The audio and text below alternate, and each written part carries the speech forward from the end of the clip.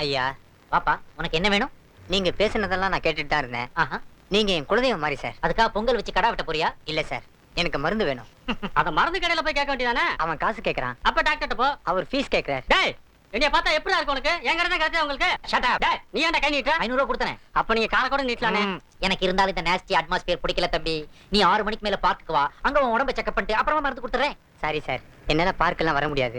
ஏன்? எனக்கு 5 மணிக்கு மேல 2 கண்ணு தெரியாது sir. My God, I am very sorry பா. I am very sorry. நீ இங்கே உட்காரு, நான் உன்னை பாக்குறேன். சாரி சார், என்னால உட்கார முடியாது. ஏன்? எனக்கு மூலம், உள் மூலம் வெளி மூலம் ரெண்டுமே இருக்கு. உன் பேர் என்னப்பா? ஆதி மூலம். கரெக்டா தான் வச்சிருக்கேன். கையை கொடு, பல்சாவது பாக்குறேன். சாரி சார், என்னால கையெல்லாம் கொடுக்க முடியாது. நீங்களே புடிச்சு பாத்துங்க. அது ஏன்? 2 மாசம் முன்னாடி பக்கவாதம் வந்ததுல என் 2 கையும் விழுந்து போச்சு. பக்கவாதம் இல்லப்பா, அது பக்காவாதம்.